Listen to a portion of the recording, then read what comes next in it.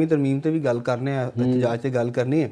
ਤੁਸੀਂ ਇਹ ਸਮਝ ਦਿਓ ਕਿ ਇਹ ਵਜ਼ੀਰ ਆਲਾ KP ਨੇ ਜਿਹੜਾ ਬਿਆਨ ਦਿੱਤਾ ਹੈ ਤੇ ਇਹ ਵਫਾਕ ਸਾਨੂੰ ਸਾਡਾ ਹਿੱਸਾ ਵੀ ਦੇਵੇ, ਤੇ ਇਹ ਪੁਆਇੰਟ ਸਕੋਰਿੰਗ ਵਾਸਤੇ ਸਿਰਫ ਕੀਤਾ ਜਾਂ ਇਹਨੂੰ ਕੋਈ ਉਮੀਦ ਵੇਖਦੇ ਹੋ ਕਿ ਵਫਾਕ ਤੇ ਸੂਬਿਆਂ ਦੇ ਜਿਹੜੀ ਕੋਆਰਡੀਨੇਸ਼ਨ ਹੈ ਤੇ ਮਾਮਲਾ ਜਿਹੜੇ ਨੂੰ ਕਿਤੇ ਬਿਹਤਰੀ ਵੱਲ ਜਾਣਗੇ? ਦੇਖੋ ਜੀ, ਵਫਾਕ ਦਾ ਇਸ ਤੋਂ ਪਹਿਲੇ ਇੱਕ ਆਪਣਾ ਬਿਆਨਾਤ ਸਨ ਜਦੋਂ ਇਹਨਾਂ ਨੇ ਗੱਡੀਆਂ ਦੀ ਵਾਪਸੀ ਦੀ, ਬਖਤਰਬੰਦ ਗੱਡੀਆਂ ਦੀ ਵਾਪਸੀ ਦੇ ਹਵਾਲੇ ਨਾਲ ਤੇ KP ਪੁਲਿਸ ਨੂੰ ਮਤਲਬ ਕਿ ਤਰੱਕੀ ਦੇਣ ਵਿੱਚ ਤੇ ਉਹਨਾਂ ਦੀ ਐਫੀਸ਼ੀਐਂਸੀ ਨੂੰ ਬਿਹਤਰ ਕਰਨ ਵਾਸਤੇ ਜਿਹੜੀ ਵਫਾਕ ਨੇ ਪੈਸੇ ਦਿੱਤੇ, ਵਫਾਕ ਨੇ ਵੀ ਦਿੱਤੇ।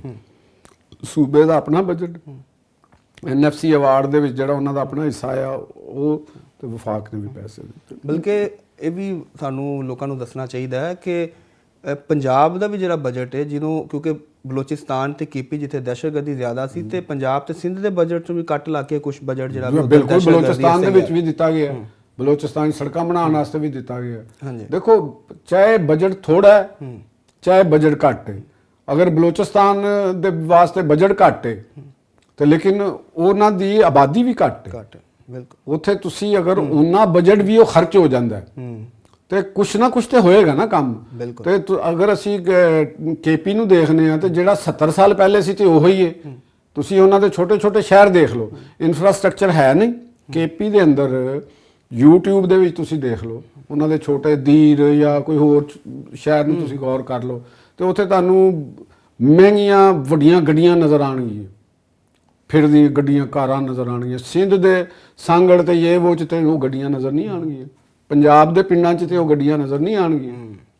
ਤੇ ਇਨਫਰਾਸਟ੍ਰਕਚਰ ਹੈ ਕੋਈ ਨਹੀਂ, ਪੁਲ ਹੈ ਕੋਈ ਨਹੀਂ ਜਿੱਥੇ ਗਵਰਨਮੈਂਟ ਨੇ ਲਾਣਾ। ਉਹ ਗੱਡੀਆਂ ਕਿਸ ਤਰ੍ਹਾਂ ਨੇ?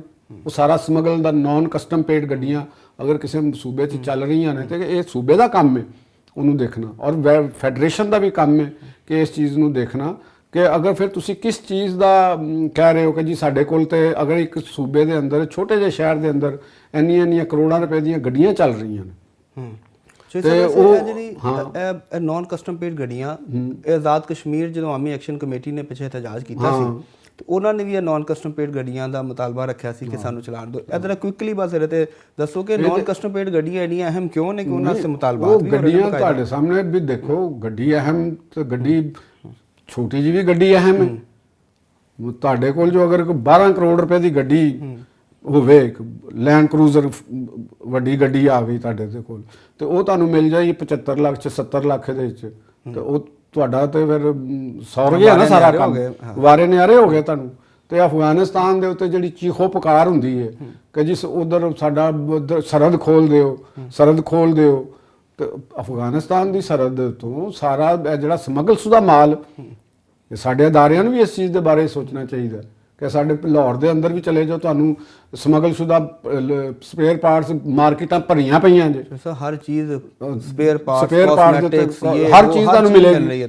ਤੇ ਇਹ ਸਾਡੇ ਪੰਜਾਬ ਦੇ ਅਦਾਰਿਆਂ ਨੂੰ ਵੀ ਤੇ ਇਹਦੇ ਬਾਰੇ ਦੇ ਵਿੱਚ ਥੋੜਾ ਜੀ ਆਪਣੀ ਐਫੀਸ਼ੀਐਂਸੀ ਸ਼ੋਅ ਕਰਨੀ ਚਾਹੀਦੀ ਨਾ। ਉਹਨਾਂ ਨੂੰ ਪੁੱਛਿਆ ਜਾਏ ਕਿ ਭਾਈ ਜਾਨ ਤੁਸੀਂ ਕਿੱਥੋਂ ਲੈ ਕੇ ਆਏ ਹੋ, ਦੱਸੋ ਨਾ, ਉਹਦਾ ਟ੍ਰੇਡ ਸਾਨੂੰ ਦਿਓ, ਕਾਗਜ਼ ਕੋਈ ਦਿਓ, ਤੁਸੀਂ ਇਹਦੇ ਤੇ ਕਸਟਮ ਡਿਊਟੀ ਦਿੱਤੀ ਹੈ, ਕੀ ਦਿੱਤਾ ਜੇ ਤੁਸੀਂ, ਤੇ ਕਿੱਥੋਂ ਤੁਹਾਡੇ ਕੋਲ ਇਹ ਚੀਜ਼ਾਂ ਆ ਗਈਆਂ ਨੇ? ਠੀਕ ਹੈ, ਇਹ ਸਾਰਾ ਅਫਗਾਨਿਸਤਾਨ ਤੋਂ ਆ ਰਿਹਾ। ਇਹ ਜਿਹੜੇ ਬਲੈਕ ਮਨੀ ਦੀ ਜਿਹੜੀ ਇਕਨੋਮੀ ਹੈ ਨਾ, ਕਿਸੇ ਵੀ ਮੁਲਕ ਦੇ ਅੰਦਰ ਇਹ ਗੱਲ ਨੂੰ ਯਾਦ ਰੱਖਣਾ, ਕਿਸੇ ਮੁਲਕ ਦੇ ਵਿੱਚ ਅਗਰ ਬਲੈਕ ਇਕਨੋਮੀ ਦਾ ਸਾਈਜ਼ ਲੀਗਲ ਇਕਨੋਮੀ ਦੇ ਬਰਾਬਰ ਜਾਂ 70-80% ਉਹਦੇ ਤੋਂ ਉੱਤੇ ਤੇ ਚਲਾ ਜਾਏਗਾ ਤਾਂ ਫਿਰ ਤੇ ਬਰਬਾਦੀ ਹੋ ਜਾਏਗੀ ਨਾ। ਉਸ ਮੁਲਕ ਵਿੱਚ ਖਾਨਾ ਜੰਗੀਆਂ, ਉਸ ਮੁਲਕ ਵਿੱਚ ਵਾਰ ਲਾਰਡਸ, ਉੱਥੇ ਲਸ਼ਕਰ ਪ੍ਰਾਈਵੇਟ ਪੈਦਾ ਹੋ ਜਾਣਗੇ ਕਿਉਂਕਿ ਉਹ ਲੀਗਲ ਮਨੀ ਨੂੰ ਉਹ ਮੁਕਾਬਲਾ ਕਰਨ ਵਾਸਤੇ ਉਹਨਾਂ ਨੇ ਸਿਸਟਮ ਨੂੰ ਤੋੜਨਾ, ਆਪਣੀ ਗੈਰ ਕਾਨੂੰਨੀ ਦੌਲਤ ਨੂੰ ਇਕੱਠਿਆਂ ਕਰਨ ਵਾਸਤੇ। ਮਨਸ਼ੀਆਤ ਦੀ ਟ੍ਰੇਡ ਤੋਂ ਲੈ ਕੇ ਅਸਲੇ ਦੀ ਟ੍ਰੇਡ, ਨਜਾਇਜ਼ ਗੱਡੀਆਂ, ਅਫਗਾਨ ਟ੍ਰੇਡ ਦੇ ਵਿੱਚ ਹੋਰ ਕਿੰਨਾ ਕੁ ਟੈਰਿਫ ਆਉਂਦਾ ਪਾਕਿਸਤਾਨ ਨੂੰ।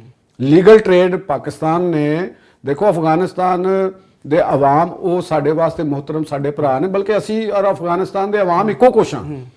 ਸਾਡੇ ਉਹਨਾਂ ਦੇ ਨਾਲ ਐਥਨਿਕ ਰਿਸ਼ਤੇ ਵੀ ਉਸੇ ਤਰ੍ਹਾਂ ਹੀ ਨੇ, ਬਲਕਿ ਸਾਡੇ ਨਾਲ ਸਾਨੂੰ ਤਾਂ ਉਹਨਾਂ ਨਾਲ ਹਮਦਰਦੀ, ਕੋਈ ਮਜ਼ਲੂਮ ਨੇ ਉਹ ਤੇ ਬੜੇ ਇੱਕ ਜੰਗਜੂ ਗਰੋਹਾਂ ਦੇ ਮਤਲਬ ਕਿ ਸ਼ਿਕੰਜੇ 'ਚ ਫਸੇ ਨੇ।